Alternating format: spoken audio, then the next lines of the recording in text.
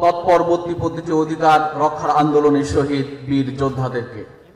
স্মরণ করছি ছাত্র শিবিরের প্রথম কেন্দ্রীয় সভাপতি মীর কাশেম আলী রহিমাহুল্লাহ সহ ইসলামী আন্দোলনে শহীদ সকল সিপাহ সালাকে, যাদের মিথ্যা ও সাজানো মামলায় অন্যায়ভাবে শহীদ করা হয়েছে।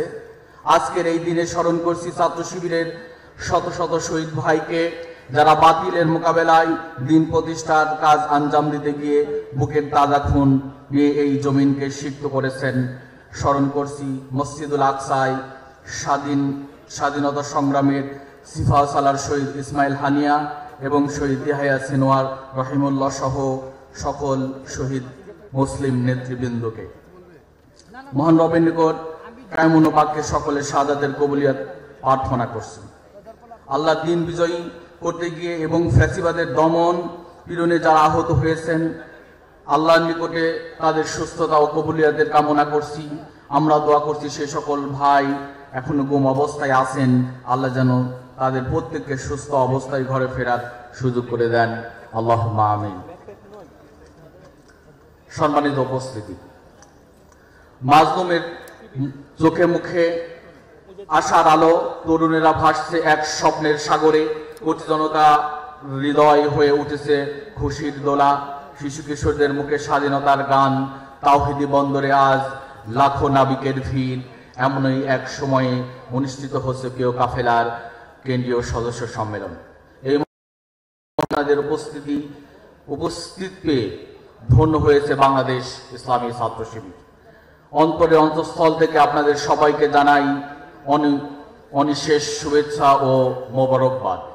সুপ্রিয় উপস্থিতি, দীর্ঘ 200 বছরের গোলামীর শিকল ছিঁড়ে 1947-এর স্বাধীনতা লাভের পর এদেশের মানুষ মুক্তির আশায় বুক বেঁধেছিল, কিন্তু নবগঠিত পাকিস্তান শেষ পর্যন্ত একটি শোষণমুক্ত ইনসাফ ভিত্তিক রাষ্ট্র হিসেবে বিকশিত হতে পারেনি।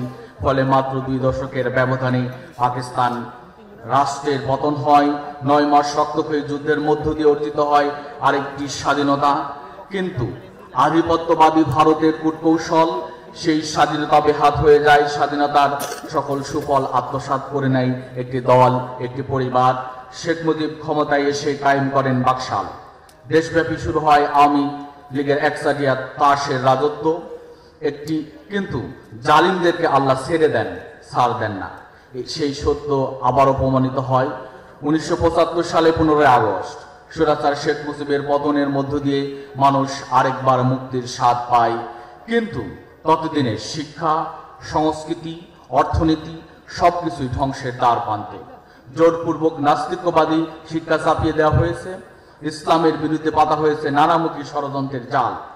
সর্বোপরি দেশের সর্বোচ্চ বিরাজ করছে অরাজকতা। এমনই এক সময় 1977 সালের 6 ফেব্রুয়ারি ঢাকা বিশ্ববিদ্যালয়ের কেন্দ্রীয় জামে মসজিদ থেকে যাত্রা শুরু করে প্রিয় সংগঠন বাংলাদেশ ইসলামী ছাত্র শিবির। ডিজাইন, এলিগেন্স, বিউটি, সেরা পণ্য সবার জন্য জেভিকো। প্রতিষ্ঠার পর থেকে অনেক চড়াই উতরায়ে পেরিয়ে রক্তবিচ্ছিল পথ মারিয়ে শত জুলুম নিপীড়ন উপেক্ষা করে আজ এখানে এসে দাঁড়িয়েছে শত শহীদের ত্যাগের দীপ্তিমান এই বিজয়ী কাফেলা। সংগ্রামী উপস্থিতি, বিগত আমলে বাংলাদেশ এক ভয়াবহ ফ্যাসিস্ট শাসনের গহ্বরে নিমজ্জিত হয়। এ সময় 71-এর চেতনার নামে যা কিছু করা হয়েছে তার সবই ছিল ক্ষমতাকে ব্যক্তিগত স্বার্থে ব্যবহারের ভয়াবহ প্রয়াস। জনগণের আশা আকাঙ্ক্ষাকে পাশ কাটিয়ে শেখ হাসিনা এ সময় যে একচাটিয়া শাসন প্রতিষ্ঠা করে তা মানুষের স্বাধীনতা, গণতান্ত্রিক অধিকার একেবারে সংকুচিত করে দেয়। প্রশাসন, আইন শৃঙ্খলা রক্ষাকারী বাহিনী, বিচার ও নির্বাচন ব্যবস্থা সহ প্রতিটি সেক্টরে হাসিনা নিজের একচ্ছত্র নিয়ন্ত্রণ প্রতিষ্ঠা করে। এতে করে বাংলাদেশ রাষ্ট্রের প্রাতিষ্ঠানিক কাঠামো কার্যত ধ্বংস হয়ে যায়। একই সমান্তরালে বিরোধী দলের গুলোর নেতা কর্মীদের উপর চলে ঢালাও মিথ্যা মামলা, গ্রেফতার, নির্যাতন আর বিচারের নামে চলে প্রহসন। সবচেয়ে বেশি জুলুমের শিকার হয় বাংলাদেশ ইসলামী ছাত্র শিবির। সরকার সমর্থিত বাহিনীগুলো গুম, খুন, বিচার বহির্ভূত হত্যাকাণ্ডের মহা উৎসব কায়েম করে। 2010 সালে জাতীয় নেতৃবৃন্দকে বিচারিক হত্যাকাণ্ড মঞ্চায়িত করে হাসিনা সরকার নিজের মর্জি মাফিক আন্তর্জাতিক যুদ্ধ অপরাধ ট্রাইব্যুনাল গঠন করে। ভুয়া এবং মুখস্থ সাক্ষ্যের ভিত্তিতে সেখানে অসংখ্য বানোয়াট ও ভিত্তিহীন যুদ্ধ অপরাধের মামলা সাজানো হয়। প্রতিপক্ষ দমনের এমন প্রাতিষ্ঠানিক উদ্যোগ বাংলাদেশ তো বটেই, পৃথিবীর ইতিহাসে এর বিরল দৃষ্টান্ত। এছাড়া আওয়ামী লীগ ফ্যাসিবাদী আমলের ডিজিটাল নিরাপত্তা আইন সহ বিভিন্ন কানুন বিস্তার লাভ করে।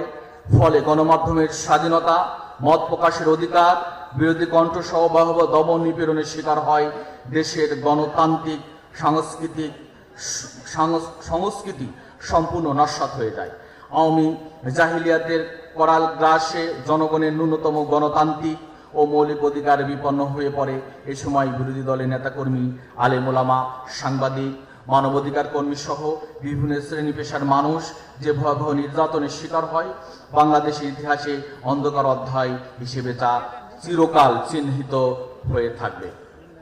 অবশেষে 2024-এ 36শে জুলাই অর্থাৎ 5ই আগস্ট আল্লাহর ইচ্ছায় ছাত্র জনতা অভ্যুত্থানের মধ্য দিয়ে ইতিহাসের ঘৃণ্যতম ফ্যাসিস্ট খুনি হাসিনার পতন ঘটে। আমরা ফিরে পাই বহুল প্রতীক্ষিত আজাদি। আজকের এই সম্মেলন এমন এক সময় অনুষ্ঠিত হচ্ছে যখন গোটা দেশবাসী নতুন একটি রাষ্ট্র গঠনের স্বপ্ন দেখে যাচ্ছে। অন্তর্বর্তীকালীন সরকার জুলাই বিপ্লবের স্পিরিটের আলোকে রাষ্ট্র সংস্কারের মহান দায়িত্ব কাঁধে নিয়ে রাষ্ট্র পরিচালনা করে যাচ্ছে। 16 বছরের ফ্যাসিজম ভেঙে পড়া প্রশাসন, বিচারালয়, শিক্ষা ব্যবস্থা, স্বাস্থ্য খাত, অর্থনীতি সহ সম্পূর্ণ গুরুত্বপূর্ণ সেক্টরগুলো নতুন করে ঢেলে সাজাতে কাজ করছে তারা। এখন প্রয়োজন ছাত্র জনতার আন্তরিক সহযোগিতা। অথচ দুঃখের সাথে বলতে হয়, কিছু কুচক্রী মহল এখনো চাঁদাবাজি লুটতরাজ চালিয়ে যাচ্ছে, সাধারণ মানুষদেরকে ভোগান্তির মধ্যে ফেলেছে। আজকের এই সম্মেলন থেকে ব্যক্তহীন কণ্ঠে বলতে চাই, যেভাবে 24-এর গণ অভ্যুত্থান নিয়ে দল বল নির্বিশেষে আমরা সবাই মিলে স্বৈরাচার এর পতন ঘটিয়েছি, ঠিক সেভাবে নতুন রাষ্ট্র নির্মাণে কাঁধে কাঁধ রেখে আমরা অংশ নেব ইনশাআল্লাহ। অন্তর্বর্তীকালীন সরকারের প্রতি উদাত্ত আহ্বান জানাই, এদেশের শিক্ষা ব্যবস্থার এমন সংস্কার করুন যেখানে 90% মুসলমানের দেশ হিসেবে তৌহিদি জনতার আশা আকাঙ্ক্ষার প্রতিফলন ঘটবে। বিপ্লবকে নস্যাৎ করার জন্য যারা নানামুখী ষড়যন্ত্র করছে, প্রশাসন সহ গুরুত্বপূর্ণ সেক্টরগুলোতে ঘাপটি মেরে বসে থাকা মির্জাফরদের ভূমিকা পালন করছে, তাদেরকে শনাক্ত করে আইনের আওতায় নিয়ে আসুন। দেশ 1,500 শহীদের জীবনের বিনিময়ে অর্জিত এই স্বাধীনতা রক্ষার জন্য প্রয়োজনীয় পদক্ষেপ গ্রহণ করুন। আমরা সর্বাত্মক সহযোগিতা দিতে প্রস্তুত আছি। সম্মানিত উপস্থিতি, আজকে যখন আমরা এখানে মুক্ত পরিবেশে সম্মেলন করছি, তখন ফিলিস্তিনের গাজায় হাজারো শিশু ক্ষুধার তাড়নায় ছটফট করছে। হয়তো সন্ত্রাসী ইসরায়েলের ক্ষেপণাস্ত্রের হামলায় এখনো নির্দোষ মুসলিমদের শাহাদাতের অমিয়ত সুধা পান করতে হচ্ছে। আমরা ধিক্কার জানাই মানবতার ধ্বজাধারী সেই বিশ্ব মোড়লদের, যারা ইসরায়েলের সন্ত্রাসের বর্বর কাণ্ড সচক্ষে দেখে অনুচ্চুক।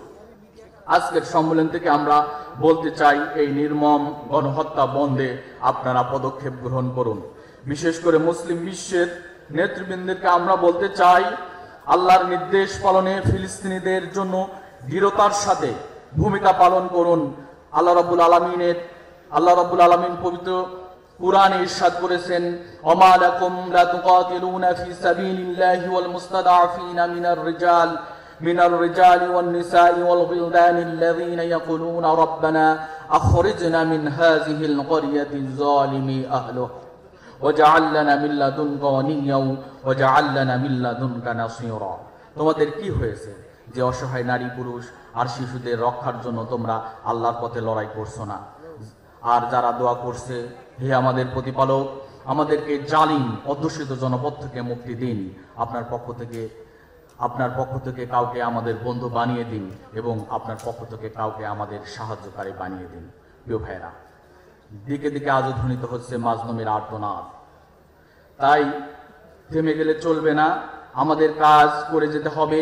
যুগ যুগ ধরে যতদিন ন্যায় ও ইনসাফ প্রতিষ্ঠিত না হবে ততদিন চলবে আমাদের এই মুক্তির মিছিল। কবি আল মাহমুদের ভাষায় বলতে চাই,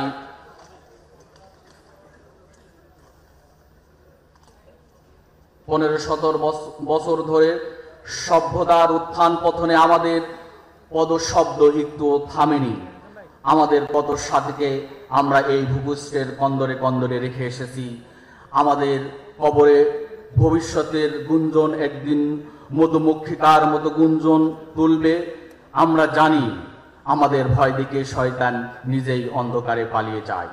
আমাদের মুখায়ভাবে আগামী উষার উদয়কালের নরম আলোক ঝলকানি। আমাদের মিছিল ভয় ও ধ্বংসের মধ্যে বিশ্রাম নেয়নি, নেবে না। আমাদের পতাকায় কালেমা তৈয়বা, আমাদের এই বাণী কাউকে কোনোদিন থামতে দেয়নি, আমরাও থামব না। প্রাণপ্রিয় সদস্য ভাইয়েরা, এবারের সম্মেলনে আমাদের স্লোগান হচ্ছে সংগ্রাম আর সাহসী জীবন, সততায় ভরা মন, জ্ঞানের আলোয় বিপ্লব হবে নতুন উজ্জীবন। আমরা এই স্লোগানের মাধ্যমে বার্তা দিতে চাই, সংগ্রাম, সাহস, সততা আর জ্ঞানের ভিত্তিতে আগামী দিনে এক পরম কাঙ্ক্ষিত বিপ্লবের পানে আমাদের পথ চলতে হবে। আশা করছি আজকের এই সম্মেলন সেই নতুন পথের দিশা দেবে, আমাদের হৃদয়ে জ্বালাবে অযুত সাহসের ফুলকে ধারা, আমাদের ভিতকে করবে অটল ও অবিচল, বাড়াবে জ্ঞান অর্জনের তীব্র আকাঙ্ক্ষা। দিন কায়েমের আন্দোলনে আমাদের হৃদয়কে করবে নির্ভীক ও সুদৃঢ় প্রতিজ্ঞ। বাধার পাহাড় পায়ে মারিয়ে আমরা ছুটে যাব দিন কায়েমের গৌরব মিছিল পানে।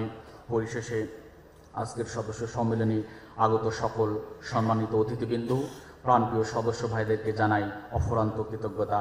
আশা করছি আপনাদের আন্তরিক অংশগ্রহণে আজকের এই সদস্য সম্মেলন সফল ও সার্থক হবে। যাদের আন্তরিক সহযোগিতা ও অক্লান্ত পরিশ্রমে আজকের এই সদস্য সম্মেলন সফলভাবে সম্পন্ন হবে, তাদের সবার জন্য মহান রবের নিকট কল্যাণ কামনা করছি। আল্লাহ রাব্বুল আলামিন আজকের এই সদস্য সম্মেলনকে কবুল করুন, আমিন। আল্লাহ হাফেজ। আসসালামু আলাইকুম ওয়া রাহমাতুল্লাহ।